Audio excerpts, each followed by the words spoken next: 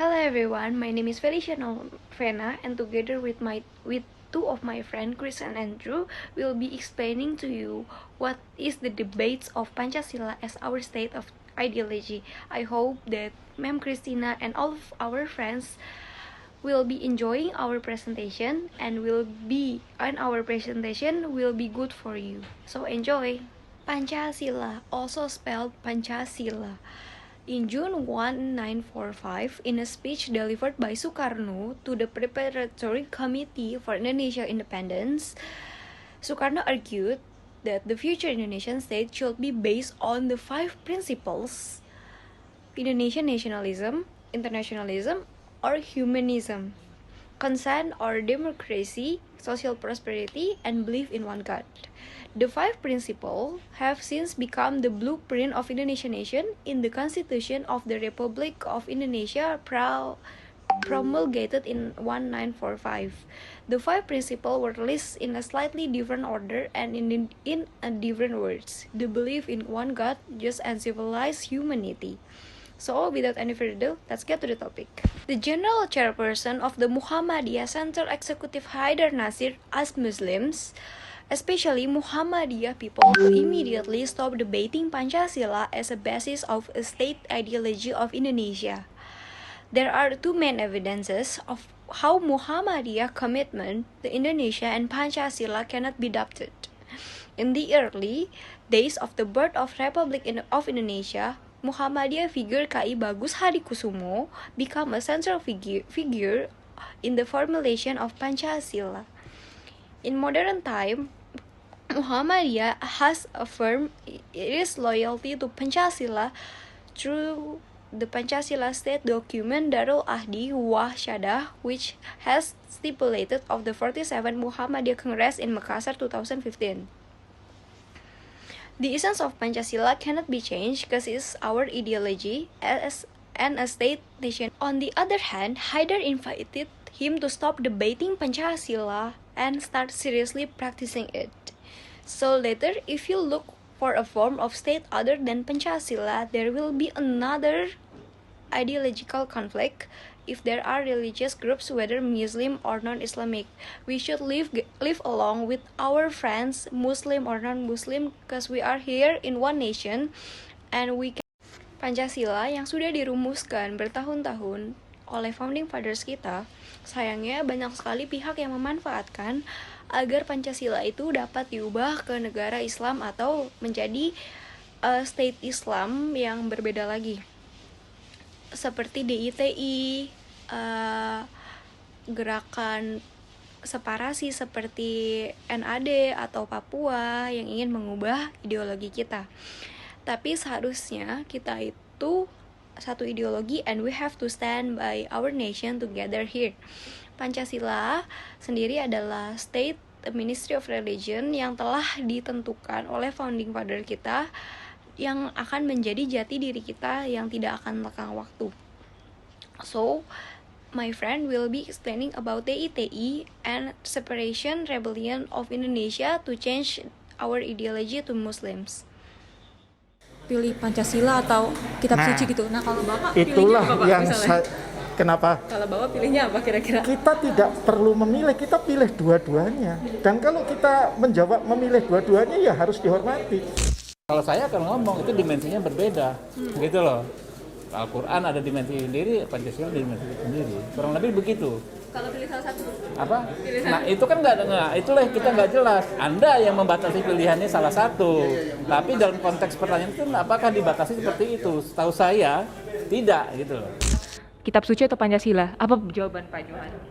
Itu pertanyaan yang tidak pas ditanyakan karena tidak apple to apple gitu. Jadi Anda tidak bisa menanyakan pertanyaan memilih kitab suci apa Pancasila, bukan pertanyaan itu. Jadi nggak bisa dijawab karena tidak apple to apple gitu. Karena kan satu dasar negara, satu keyakinan ya.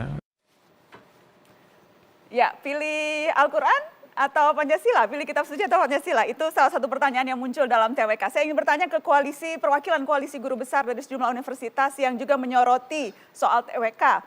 dan bagaimana pelabelan terhadap 75 pegawai KPK ini sampai kemudian Koalisi Guru Besar Anti Korupsi ini mengirimkan surat terbuka untuk Presiden Jokowi. Saya sudah terhubung lewat sambungan video Guru Besar UIN Syarif Hidayatullah Jakarta, Azumardi Azra. Selamat malam. Assalamualaikum Pak Azumardi. Selamat malam Mbak Nana, Assalamualaikum.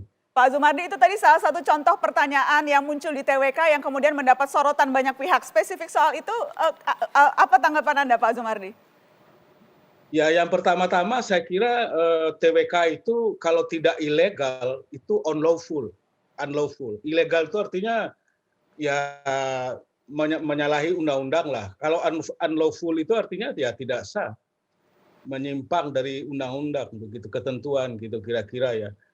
Kenapa menyimpang? Karena ya isinya itu banyak pertanyaan itu sebetulnya mengandung hal-hal yang bersifat harassment ya.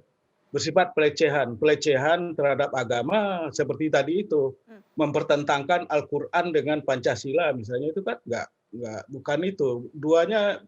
Keduanya berada dalam posisi yang berbeda. Jadi saya kira nggak bisa diperhadapkan.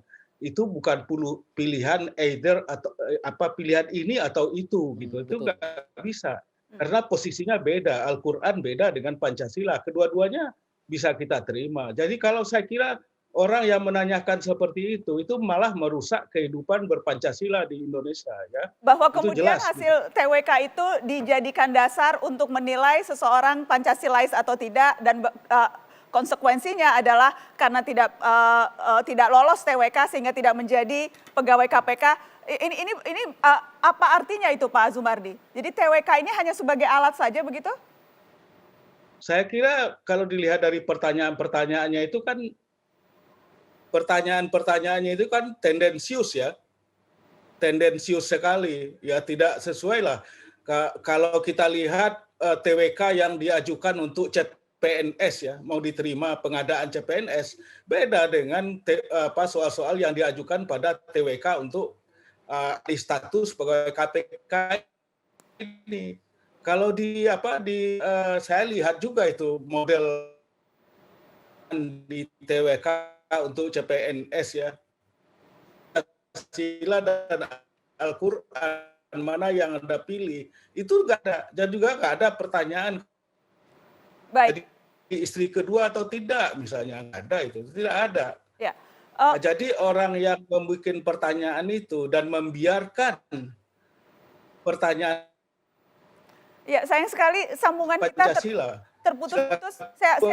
Pancasila kemanusiaan yang adil dan beradab. Apa yang dilakukan oleh pimpinan KPK?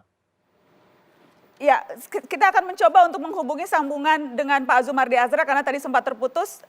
Bang Kapitra, kalau Anda ditanya tadi beberapa anggota DPR sempat ditanya dan jawabannya seperti itu. Kalau Anda ditanya jawabannya apa? Kita mempolitisasi satu elemen dari tes alih status itu. Kan ada elemen-elemen lain sebagai komponen penilaian ya. Jadi kalau kita fokus ke situ dan itu menjadi sesuatu yang dramatis, tentu dia akan bias dan kita meninggalkan elemen-elemen lain yang juga menjadi komponen untuk menentukan lulus dan tidak lulusnya. Nah, itu pertama. Yang kedua, kita kan tidak tahu apa maksud asesor menanyakan itu. Apakah dia ingin menggali psikologi seseorang ketika dia berhadapan dengan hal yang tidak menyenangkan dia. Bagaimana bisakah dia memilah antara tugas profesi dan tugas pribadi? Kita kan tidak tahu. Jadi Bang Kapitra kalau ditanya? Ya. Saya? Beda lagi ya, karena saya bukan orang yang ditanya.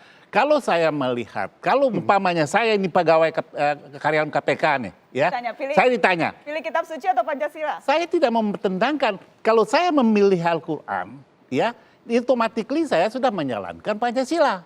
Karena itu produk dari ulama dan itu dari temuan dan kitab suci saya. Tapi kalau saya disuruh memilih, ya, dan saya akan memilih satu pilihan yang juga akan menjadikan membawa yang lain sebagai suatu pilihan. Jadi tergantung bagi kita bagaimana kita yang dites itu meresponnya. Dan jawaban itu menurut pengakuan pegawai KPK yang mendapatkan pertanyaan itu, ketika ia menjawab dua-duanya, ia dipaksa untuk memilih salah satu.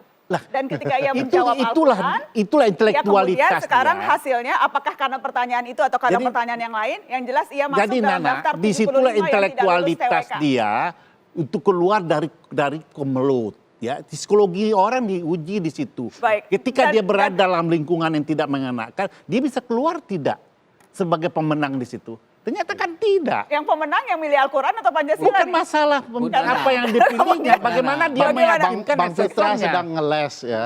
Tidak tegas pertanyaannya kan ada ataunya, harus salah satu. Jadi begini Bang Emrus juga. Kalau saya disuruh memilih, apakah memilih Bang Emrus dan kaleng-kaleng, saya akan pilih Bang Emrus. Kenapa? Karena derajatnya harus dimuliakan.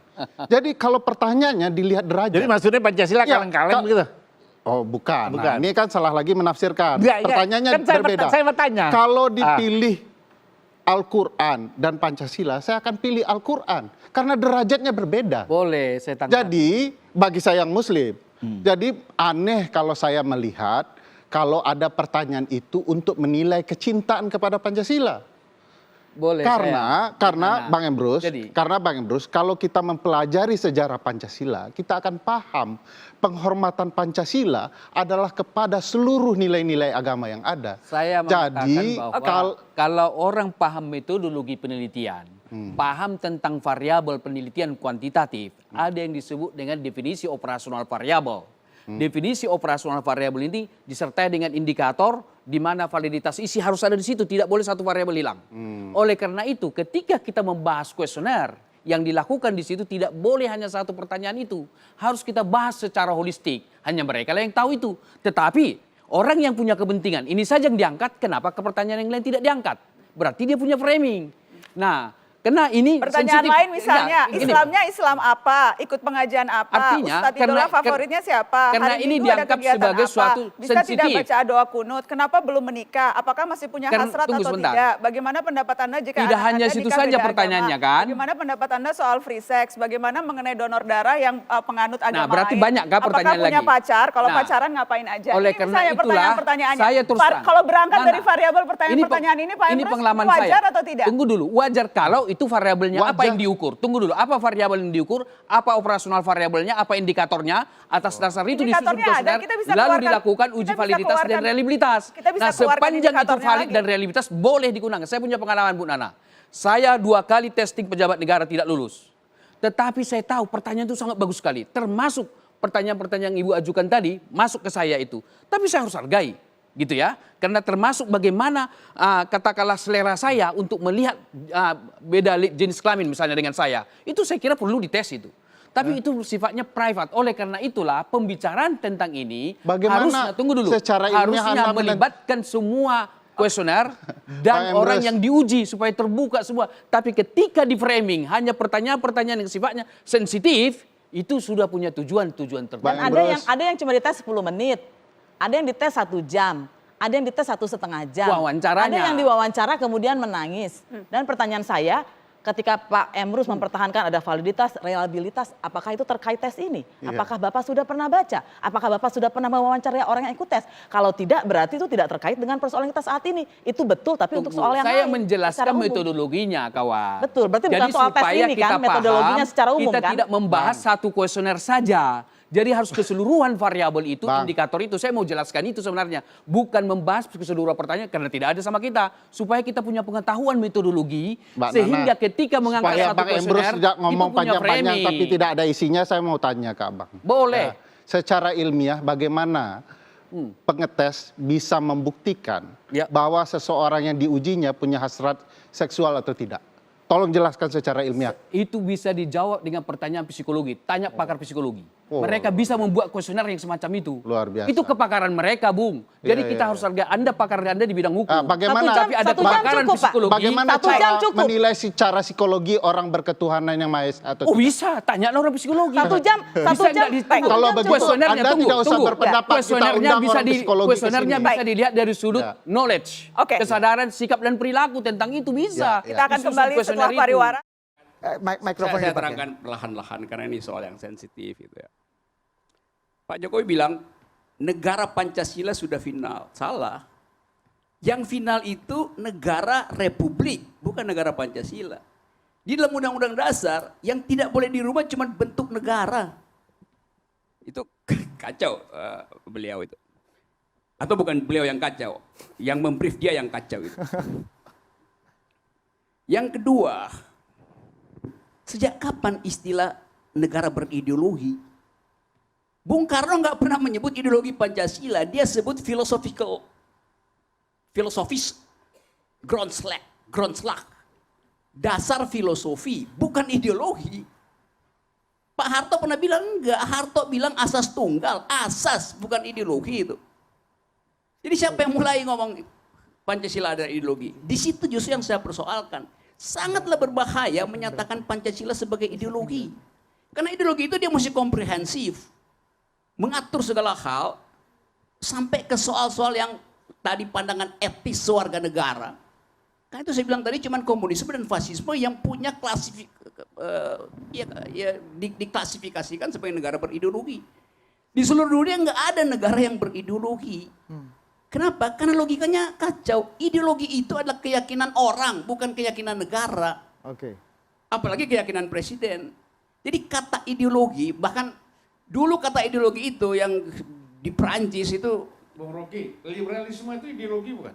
saya terangkan itu sebagai catatan kaki nanti ya. Di Prancis kalau orang bilang itu seorang ideolog. Ideolog artinya orang yang pelangak-pelongo. Karena nggak mampu berpikir maka dia fanatik pada sesuatu. Itu literasi mulai dengan situ abad 17. Akhir ideologi adalah olok-olok terhadap orang yang nggak bisa berpikir. Orang yang pelangak-pelongo itu namanya ideolog gitu. Dungu maksudnya itu. Itu saya mau terangkan dulu soal-soal yang orang kacaukan. Sekarang saya balik pada pertanyaan ini. Ini ada 3 politisi. Kapan Pancasila disebut ideologi coba? Dua Oke. 2 politisi 1 kiai. Iya, politisi yang kiai dan kiai yang politis itu. Jadi kekacauan ini justru yang mesti ditampung oleh NU buat cari kapan Pancasila berubah menjadi ideologi negara tuh. Oke. Di mana? Nah, itu masuk di situ. Itu umpan saya, bukan umpan, masukan. Oke. Buat saudara-saudara tuh. Jadi di situ kekacauannya. Ideologi dianut oleh manusia yang hidup karena itu dia punya keyakinan. Yang berkeyakinan orang. Negara nggak mungkin berkeyakinan. Negara tuh barang mati, konstruksi hukum. Ngapain negara berkeyakinan? Jadi boleh dibicarakan, boleh diuji kembali. Ya, boleh sekarang saya masuk pada soal itu. Sekarang boleh nggak Pancasila diubah tuh? Boleh aja. Kenapa? Karena dimungkinkan oleh konstitusi. Konstitusi presiden bilang NKRI harga mati. Yang mana yang harga mati? Wong lambang negara bisa diubah. Bendera bisa diubah. Bahasa bisa diubah. Yang nggak bisa diubah cuma satu tadi, bentuk negara. Cuma kalau kita bilang berhenti republik, ya udah gak ada gunanya konstitusi itu. Pasal 37 Undang-Undang Dasar 45 mengatakan saya bisa diubah dengan persyaratan ABCD. Berarti seluruh soal di situ bisa diubah kecuali bentuk negara. Pancasila ada di dalam konstitusi apa tidak? Ada dalam konstitusi. Berarti kalau konstitusi berubah ya Pancasila juga ikut berubah. Baik. Tentu kita mungkin jangan dirubah. Bukan soal jangan, bukan soal imperatif jangan, tapi potensi berubah itu bahkan disediakan oleh konstitusi. Baik. Jadi saya kasih PR pada saudara-saudara politisi plus kiai supaya bicara dengan akal sehat itu bahwa Pancasila itu bukan ideologi. Pancasila itu kesepakatan bersama tentang bayangan masa depan. Jadi kesepakatan aja. Baik. Jangan diajukan sebagai ideologi. Nanti saya akan Bung Karno nggak pernah ngomong begitu, Harto segala macam. Baru sekarang orang ngomong Pancasila itu ideologi. Kalau saya terangkan kontradiksinya lebih gila lagi kalian lihat tuh. Bahwa sila pertama bertentangan dengan sila kedua, kedua bertentangan dengan macam-macam itu. Baik, Bung Rocky, kita akan diskusikan pernyataan Anda ini, diskurs Anda usai jeda. Kami akan break dulu, kami akan segera kembali.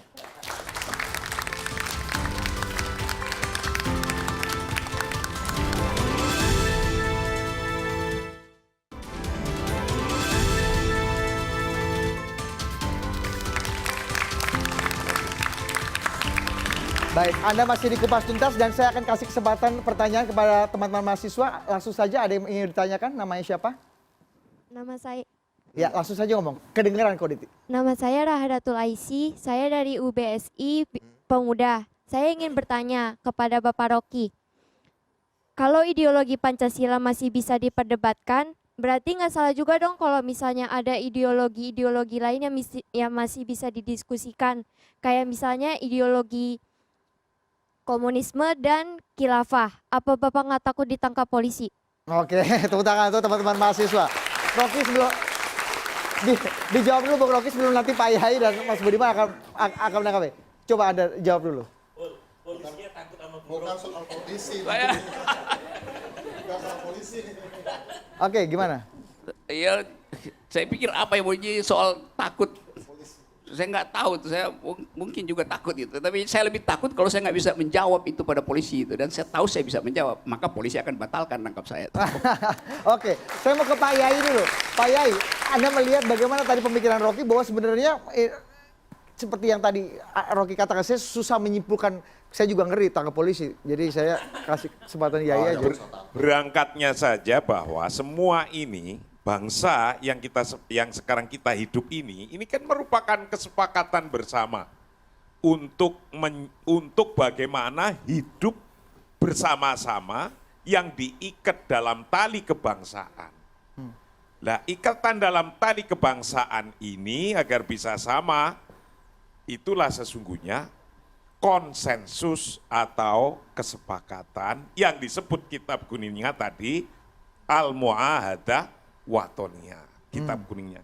Nah, kalau persoalan Mu'ahadah Watoniyah mau diganti, ya urusan Mu'ahadah Watoniyah lagi, urusan sepakat atau enggak sepakat lagi. Jadi boleh. Begitu kok repot. Iya. Mas Budiman, gimana melihatnya? Jadi memang kalau kesepakatan bersama ya bisa saja. Yang disebutkan Rocky berkali-kali, kalau ibaratnya ilmu itu adalah basic science. Tentang kimia, tentang matematika, tentang fisika, segala macam. Sementara saat kita berbicara berbangsa, bernegara, kita sudah bicara applied science. Analoginya sains terapan. Jadi memang kalau pertanyaannya kenapa Rocky sudah bicara basic science, bahwa semua bisa diubah kecuali republik, bagi saya dia setengah matang juga, nggak cukup radikal. Bukan saya yang katakan, konstitusi bilang begitu. Ya, bentuknya bukan saya loh. Artinya saya ingin mengatakan, Anda legislator nggak ngerti bahwa yang bilang itu konstitusi. Ya, tapi artinya kalau kita bicara di atas konstitusi apa? Konstituen. Di atas konstitusi apa? Konstituensi. Kenapa kita nggak masuk pada bilang konstituensi? Artinya gini. Secara filosofis atau secara metodologi, Rocky setengah jalan. Kenapa kamu tidak bicara secara radikal saja? Secara radikal, menurut logiknya, menurut basic pemikirannya, bahwa semua hal bisa diubah. Kalau seperti itu, kita jelas dalam mengkategorikan pembicaraan malam ini. Kita mau bicara hal yang sangat dasar, bahkan tidak perlu berbicara konstitusi. Oke, you mau sampai di situ? Ya. Oke, saya lanjut. Sehingga ada garis batas apa yang kita bicarakan. Tapi sebelumnya saya mau berbicara dulu.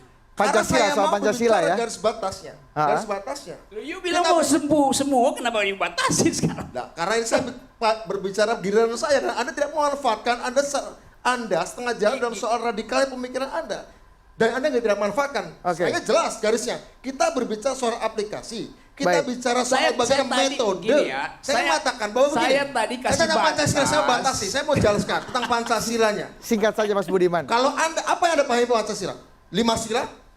Kalau Anda menganggap bahwa itu ideologi, salah. 5 sila itu bukan ideologi. Ideologi Pancasila di mana? Bung Karno tidak sekedar berbicara soal filosofi Grundslag.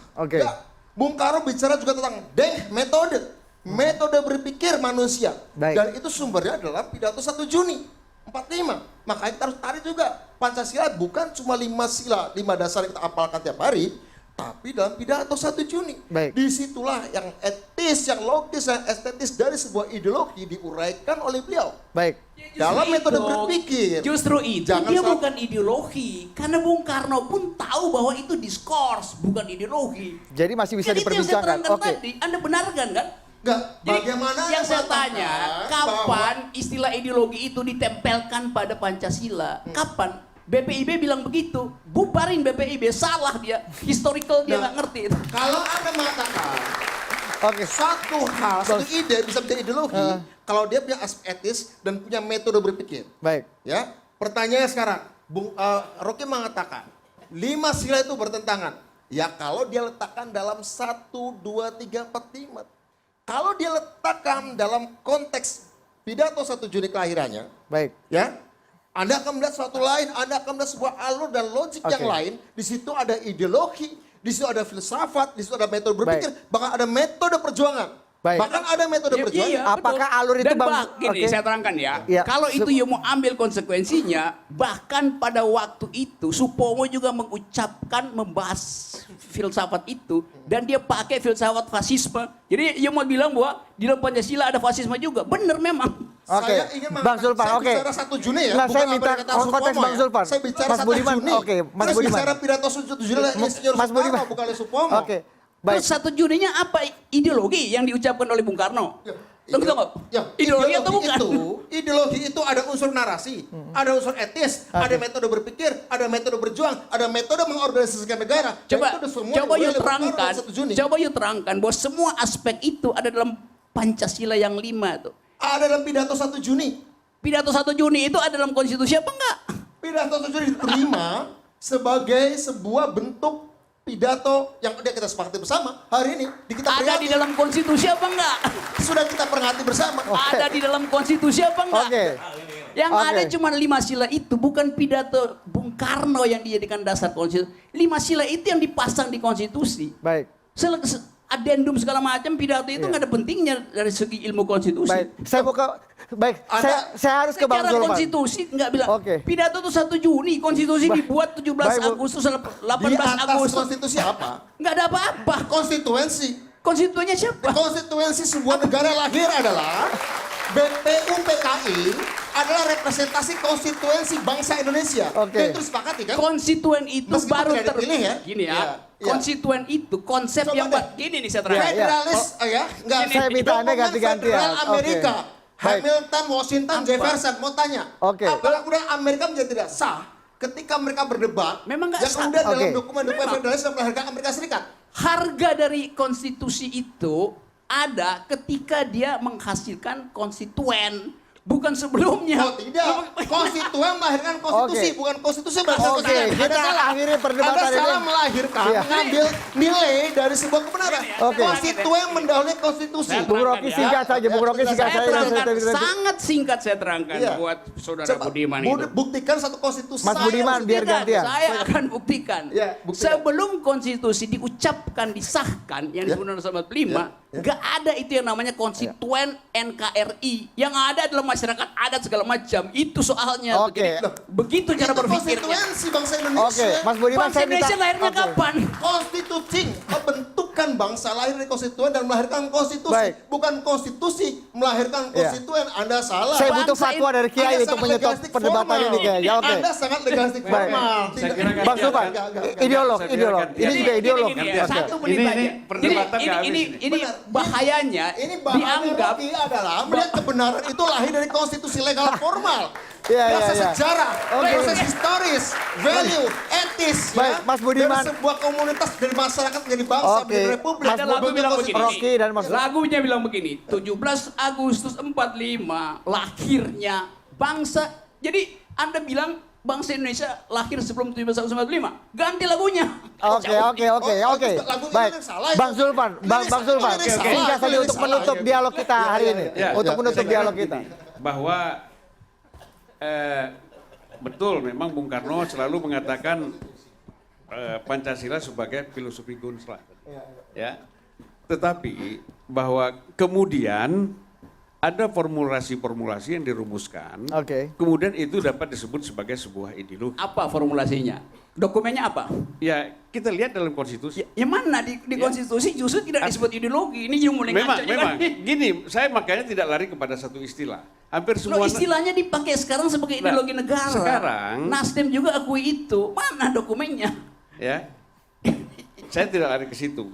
Jadi lari ke situ dong. Kita hampir bicara makanya dokumen saya katakan negara ini kok. perdebatan ini panjang ya. Bukan soal panjang, saya bikin pendek. Di mana saya disebut ideologi begini, negara? Begini, Bung Rocky. Gimana? Kita sudah bertemu dengan banyak sekali para ahli tata negara. Oke, terus Kesimpulannya seperti itu. seperti apa? Kesimpulannya bahwa memang tidak ada kata-kata Pancasila sebagai sebuah ideologi. Kapan you bertemu? Nggak ada beritanya. Nanti dulu. Oke, coba. Kok kapan bertemu? Ya saya mau cek itu karena saya perlu Iya. referensi, coba. Ya, jadi Anda nggak dengar apa yang saya ngomong? Saya dengar, justru itu kan saya bertanya. Saya katakan bahwa Bung Rocky kasih ketika kesempatan Bang kita Zulfan dulu. bertemu dengan para ahli tata negara, Oke. mereka menyatakan tidak ada kata-kata yang menyatakan Baik. baik di pembukaan ataupun batang tubuh semuanya mengatakan Pancasila sebagai ideologi negara. Memang tidak ada. Iya, lalu? Iya kan? Itu kan betul. Itu kan sejalan dengan pikiran Anda. Kenapa nggak bilang pada Jokowi bahwa menurut tata negara Pancasila bukan ideologi? Bung Rocky, oke, singkat saja Bang, singkat saja. Nanti Jadi- Mas Burhan akan tutup dialog kita malam hari ini. Jadi Rocky ini sebenarnya dalam konteks ini saya ingin mengatakan dia berpikir ini pragmatis. Oke. Itu. Pragmatis. Karena ideologinya liberal, Apa ujungnya pragmatis. Ideologi Apa itu liberal dan berpikir pragmatis. pragmatis? Oke. Ya, apa maksudnya berpikir pragmatis? Oke. Pragmatanya apa? Ya, apa pragmatanya? Artinya begini, Anda melihat bahwa kebenaran itu tergantung kepada situasi. Nah itu bukan pragmatis namanya. Pragmatis. Bukan. Iya. Bukan Anda, itu. saya ambil contoh begini. Itu kebenaran. Kebenaran itu tergantung kepada, kalau dalam politik, Baik. kebenaran itu tergantung saya. Bahwa di luar saya itu salah. Ini pragmatis. Baik. Oke, baik. Kita akan bilas ini secara intelektual. Mas Burhan tutup dialog kita. Bagaimana kita menyarikan ini menjadi suatu benang merah perdebatan yang penting dan perlu untuk publik sebenarnya. Ini karena- Saya terima keputusan itu. Sulpan Dina juga pasti terima di mana. Coba. Saya tidak akan menyimpulkan. Ya, oke, enggak. Saya Bilas tidak akan saja. menyimpulkan. Anda ya. bilas secara Betul, intelektual betul. aja. Jadi, ya, saya tidak punya otoritas untuk menyimpulkan diskusi yang kaya ini. Jadi saya hanya sekedar meletakkan pada proporsinya bahwa Pancasila adalah sebuah kesepakatan. Dan banyak pihak yang kemudian memberi semacam legitimasi atas kesepakatan agung tadi. MUI misalnya menyebut sebagai Misa Kongolito, perjanjian agung. Kemudian Cak Nur misalnya menyebut Pancasila sebagai kalimatun sawa. Padahal kalau kita kembalikan Pancasila asli tanda kutip ya, sebelum disepakati terakhir yaitu sila pertama, itu kan ada 7 kata yang memberi kewajiban kepada umat Islam agar melaksanakan syariat Islam. Baik. Dan atas dasar kesepakatan itu pula 7 itu dihapus. Jadi poin saya adalah semua pada dasarnya kembali kepada kesepakatan. Kesepakatan. Jadi ada tidaknya bangsa ini tergantung kesepakatan. Baik. Makanya jangan kemudian buru-buru ditutup pintu untuk diskusi. Baik. Karena saya percaya Indonesia itu bukan menjadi Indonesia, tetapi becoming Indonesia. Jadi Indonesia yang belum pernah selesai. Belum pernah selesai, terus bergerak. Imajinasi Baik. yang project imajinasi Baik. yang Ya, akan oke. selalu kita konstruksi terus. Tepuk tangan Jadi Mas nggak Burhan. seperti Becoming Indonesia. Konstituen kebangsaan itu. Sebagai penutup. Sebagai penutup, Ya. oke ini ya. Sebagai Ini saya nggak penutup, berani potong, jadi jangan panjang-panjang Pak Yai. bahwa tadi ini beliau membenarkan atau menyalahkan atau apapun tujuannya, mau dirubah atau tidak dirubah kesepakatan ini juga harus dengan kesepakatan karena muahadah watoniyah. Tapi pesan terakhirnya nih. Terakhir ya Yai. Menurut kitab kuning, nah, gitu. Itu malayudroku kulluh la yudroku kulluh. Ini khusus untuk orang yang pro mau amandemen atau yang tidak pro kontra dengan amandemen. Ini yang harus dicatat. Malayudroku kulluh la yudroku kulluh. Artinya? Kalau tidak bisa keinginannya tercapai semuanya, bangsa ini jangan dirobohkan. Oke. Itu intinya. Yang penting harus dirobohkan adalah durasi kita sudah roboh sekali, sudah habis. Terima kasih Bapak-bapak, terima kasih Yai, terima kasih teman-teman. Malam hari ini kita sudah sampai di penghujung Kupas Tuntas. Malam hari ini demokrasi memang kerap dibajak oleh para elit yang doyan menjual kalimat atas nama rakyat demi kepentingan bangsa dan banyak kalimat suci lainnya. Tugas kita seperti yang kita lakukan malam hari ini adalah membongkar dan menguji kalimat-kalimat itu agar tidak menjadi sekedar dagangan kata-kata, tapi bisa kita tagih sebagai bukti nyata untuk publik dari yang kaya sampai yang rakyat jelata. Demikian Kupas Tuntas malam hari ini. Saya Budi Adiputro. Sampai jumpa di Kupas Tuntas minggu depan. Selamat malam.